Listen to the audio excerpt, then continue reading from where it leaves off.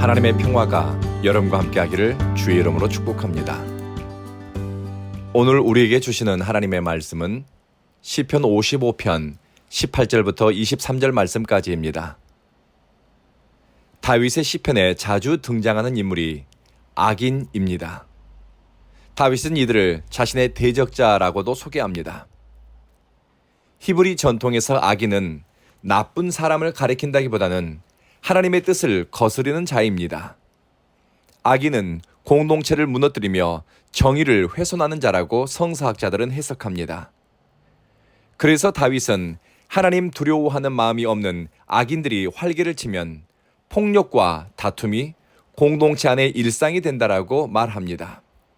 뿐만 아니라 밤이고 낮이고 불의하고 가증한 일이 사방에서 일어나니 죄악과 재난이 개인과 공동체를 위협합니다.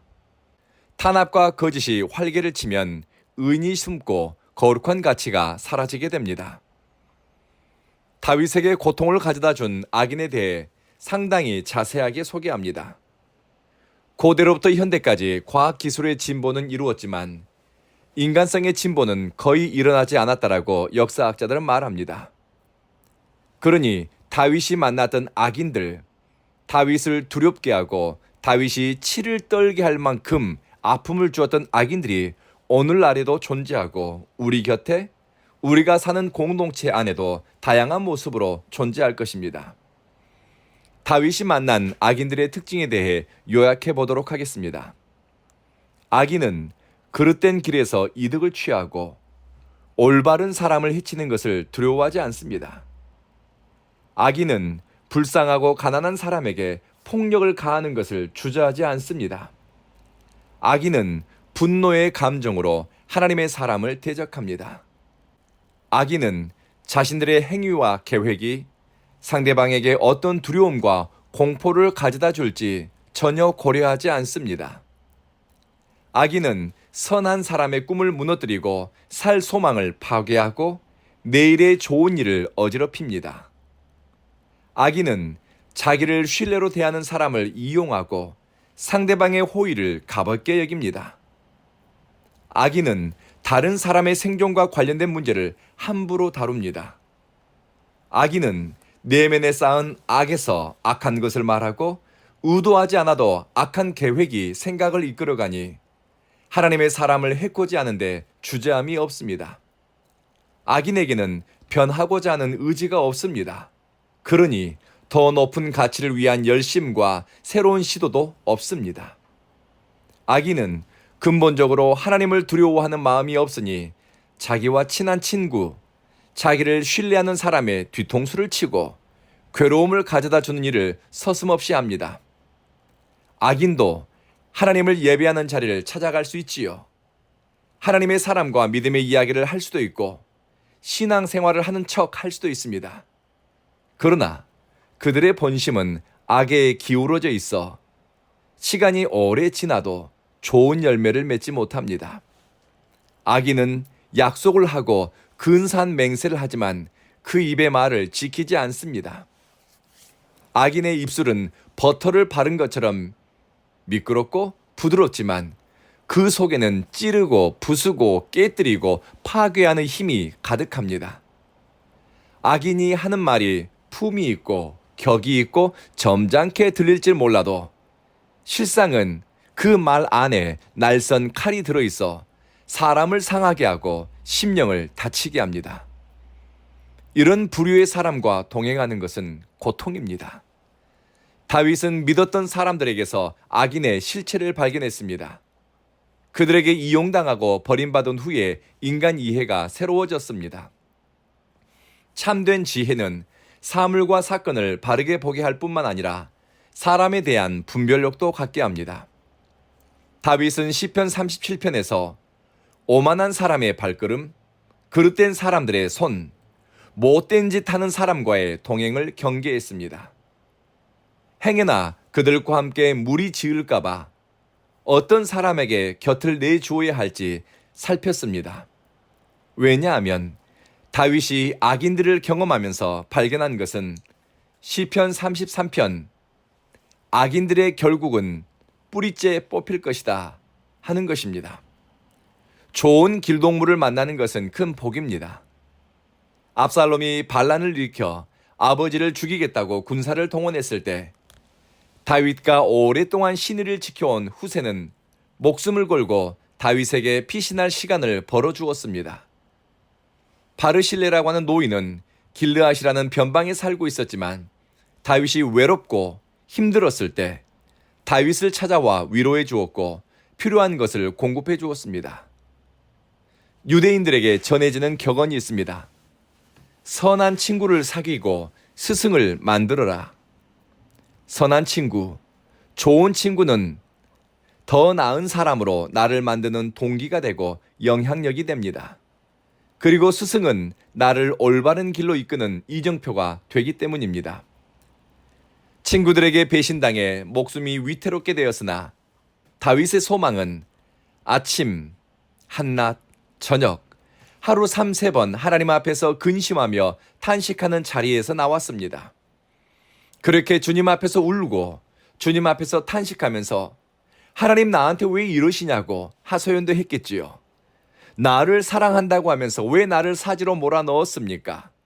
하나님이 나를 베들레헴에서부터 부르셨으면서 왜 나에게 이런 고난을 허락했습니까? 따지기도 했겠지요. 그런데 기도는 놀라운 일을 일으킵니다. 그렇게 탄식하며 기도하다 보니 내 영혼에 오는 영감이 있고 내 속에서부터 터져 나오는 말이 있었습니다.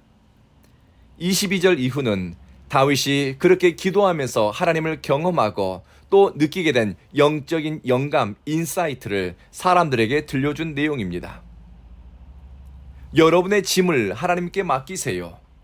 하나님이 여러분을 붙드시고 하나님은 의인의 요동함을 영원히 허락하지 않습니다. 네 짐을 여호와께 맡기라. 예수님은 수고하고 무거운 짐진 자들을 초대했습니다. 짐을 주님께 맡기는 것은 입시 준비, 취업 준비, 사업 준비, 인생의 큰 결정을 앞에 두고서 하는 것만이 아닙니다. 성도는 하나님 나라에 들어갈 때까지 끊임없이 무거운 짐, 모든 얽매이기 쉬운 것들을 주님께 맡기고 내려놓는 것을 반복해야 합니다. 여기서 맡기다로 번역된 히브리 단어는 던지다는 의미입니다. 당신의 짐을 하나님께 던져버리세요. 이것이 다윗이 죽을 만큼 힘든 시간을 지나면서 배운 교훈입니다. 사람들에게 배신당하면서 죽을 만큼 힘든 시간을 보내면서 깨닫게 된 영적 지혜는 당신의 짐을 하나님께 던져버리세요 입니다. 안식과 쉼, 몸의 편안함과 휴식만이 아니라 주님께 우리의 무거운 짐 내어 맡길 때 근심하고 두렵고 염려하게 만드는 것들을 던져버릴 때 주님이 주시는 것이 안식입니다. 내 삶이 주님에 의해 유지되고 보호받고 있다 확신할 때 드는 안도감과 확신에서 심령은 진정되고 쉼을 얻을 수 있습니다. 그리고 마지막으로 다윗이 이꼴저꼴 사람 때문에 별별 일을 다 겪으면서 살다 보니 이것 하나만큼은 사람들에게 꼭 들려주고 싶은 이야기가 있었습니다. 당신의 수고하고 무거운 짐을 주님께 맡길 때 주님은 당신을 돌봐주십니다. 잠깐 흔들리고 넘어지는 것 같을지라도 영원히 그대로 내버려 두지 않습니다. 22절의 말씀입니다. 주님이 붙드신다는 것은 영양분을 공급하다, 지지하다라는 의미를 가지고 있습니다. 친구들이 떠나고 지금까지 살아온 삶이 부정된 것 같은 상황에서 무엇을 해야 할지 모르겠는데 그럼에도 불구하고 하나님이 흔들리지 않게 붙잡아주고 쓰러지지 않게 지지대가 되고 필요한 것을 공급하셔서 다시 자라게 하시고 성장하도록 영양분을 공급한다는 것입니다.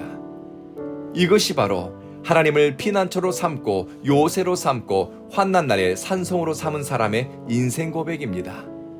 이 고백이 우리의 고백이 되고 이 좋은 하나님을 맛보아 누리면서 여러분의 삶이 하나님께 붙들리고 여러분의 모든 무거운 짐을 주님께 내어 맡기며 쉼, 안식을 누리는 복된 날 되기를 주의 이름으로 축복합니다. 기도하겠습니다. 자비하신 주님, 하나님을 알지 못하는 사람, 사람에 대한 존중하는 마음이 없는 사람, 내면의 폭력과 악으로 가득 찬 사람으로부터 우리를 보호하소서. 좋은 길동무를 만나는 복을 받고 좋은 영적 스승을 만나 배움을 얻는 복을 받아 누리게 하소서. 혹시라도 우리 삶의 기초가 흔들릴 때, 내일에 대한 불안함으로 잠들지 못할 때 다윗의 기도를 기억하게 하소서. 나는 오직 하나님께만 부르짖겠다. 그리하면 주님께서 나를 구해 주실 것이다. 사랑하는 주님, 우리는 주님이 선물처럼 우리에게 주신 온 교회를 사랑합니다. 이 교회가 제주를 지나는 하나님의 자녀들에게 영적인 쉼터, 하나님과 사랑의 소통이 일어나는 거룩한 성소가 되게 하소서. 주님께 목마른 사람들이 참되고 겸손함으로 예배드리는 교회 되게 하소서. 주여, 심령이 상한 사람, 마음에 애통하는 사람이 온 교회에서 믿음의 길을 회복하고 위로받고 삶을 추스리게 하소서. 날아가는 안개 같고 피었다지는 꽃과 같은 인생들이 이곳 온 교회에서는 서로에게 신앙의 지지대가 되어주고 등비빌 언덕이 되어주면 좋겠습니다. 오는 주일에도 예배자들의 걸음을 이곳으로 인도하시고 성령님 예배 가운데 임재하소서. 예수님 이름으로 기도합니다. 아멘.